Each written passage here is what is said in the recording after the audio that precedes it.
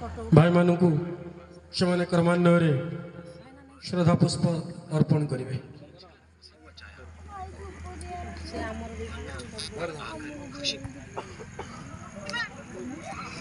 संक्षेप